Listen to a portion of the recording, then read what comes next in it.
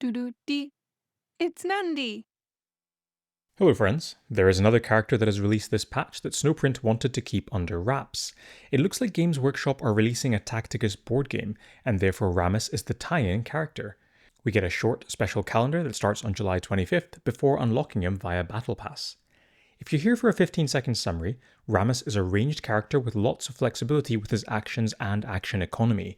He does a normal attack essentially as a free action, and his passive either adds a bit of damage or suppresses the target, depending on how close it is. I think he'll mainly be a PvP and Horde mode character, but only specifically within the Dark Angels faction, or at least alongside Dark Angels allies. Thanks as always to my Patreons and YouTube members for their support. Ramus is a rare unlock via Battle Pass. As usual, Snowprint's art department have done a fantastic job with the model and animations. He has just one trait, Overwatch. Stats and abilities shown on screen are at max epic. He has a bolter ranged attack at range 3 and a melta melee attack. Both have one hit, and it reflects his combi melta weapon. Tawan, Tacticus Ambassador and friend has helpfully done some analytics to help me create this radar chart for stats. As you can see, his defensive stats are on the average end, as you would expect for a ranged damage dealer. The damage centiles in melee and range reflect the damage types that he uses. However, I guess it's worth mentioning that the damage centiles are not indicative of Ramus's potential due to how his abilities work, which we'll talk more about shortly. His active is called Fire Discipline. It lets Ramus perform a normal attack against an enemy within range. It's essentially a free ability since after using it, Ramus can either still attack or enter Overwatch if he doesn't move, but in either scenario it's effectively a double attack that turn. It has a 3-turn cooldown, but is more interesting if Ramus is adjacent to a Dark Angel, in which case this ability can be used every turn.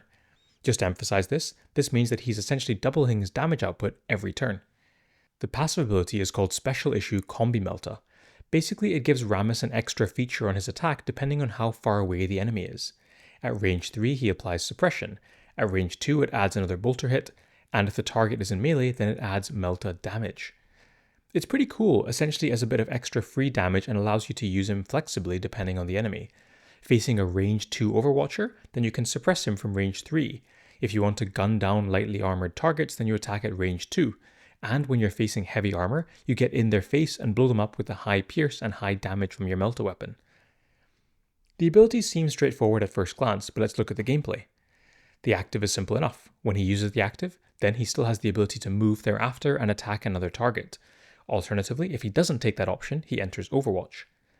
In the second clip, we combine him with Forecast, fellow Dark Angel, and he gets to use the ability every turn, and you can see a little bit about how the ability gives him some movement and tactical flexibility.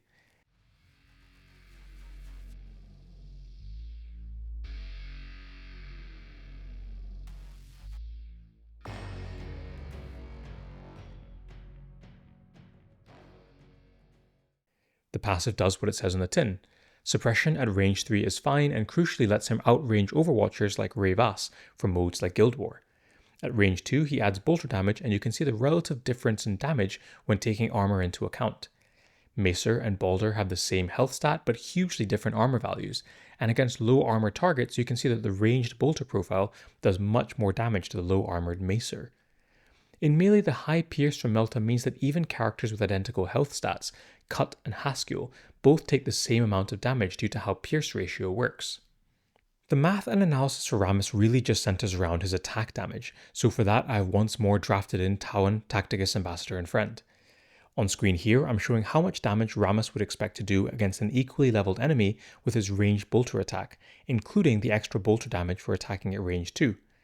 On its own, the ranged bolter damage isn't the most impressive, shining only against low armor targets. Now we have the same graph but double the damage, demonstrating that Ramus can effectively double tap every turn. All of a sudden the ranged attack looks a lot more palatable as a means to deal damage or kill most enemies. The next graph shows the same thing, but this time we're looking at his melee Melta damage.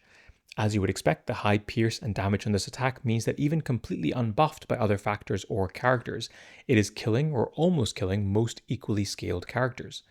As a reminder, in case you didn't already clock it, 2 attacks also means double the chances to crit. I've combined the next 2 sections into one since they are brief.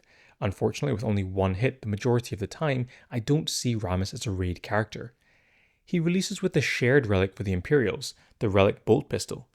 I haven't shown people this slide in a while, so this is the updated relic list for all the characters in the game at the moment.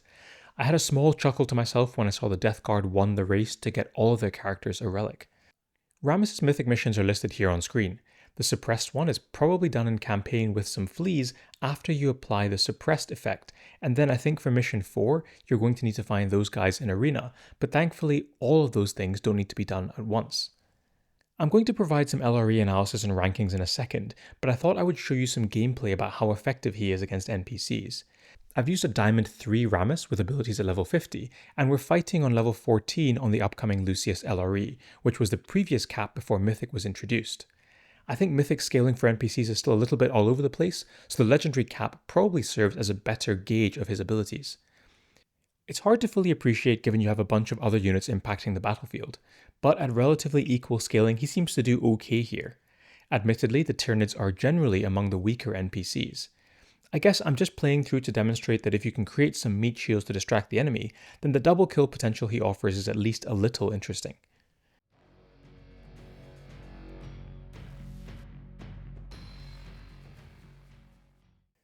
With the gameplay out of the way, we can look at the individual traits and restrictions that Ramus fits. Overwatch, max 1 hit, melta damage, and bolter damage. The list of Overwatch characters is relatively small, and I think in general the track suffers due to lack of summons or sustain. The ability to attack twice in a turn is unique though, and does put Ramus among the better options available here. Although you would have to run Sarquael or Azrael alongside him to actually be able to shoot twice every turn. The max 1 hit track is quite large and there are actually quite a lot of decent options here. I generally favour summoners and there are quite a good few options for this track. In order for Ramus to be good, he needs to be brought alongside Sarquael, and I think if you bring 3 other summoners then that's probably a solid 5-man squad. After Ramus enters the game, there will only be 4 characters with a melta damage type, so I don't think we need to analyse a potential LRE track here just yet.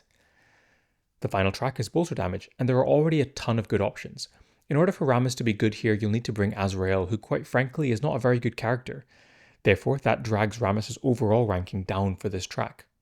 I haven't listed cutoffs for ability thresholds here since you can get those fairly easily on any Tacticus website.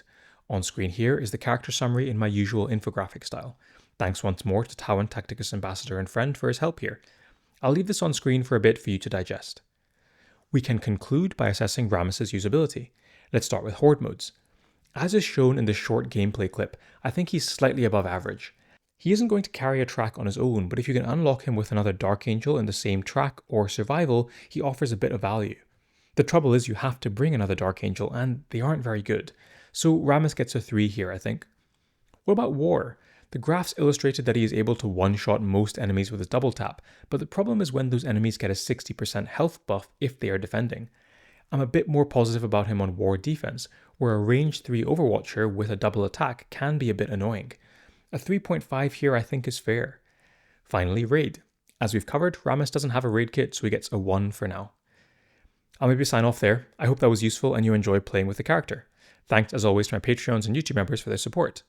I've left Tawan's referral code on screen as a small thank you for all of his support. Bye for now.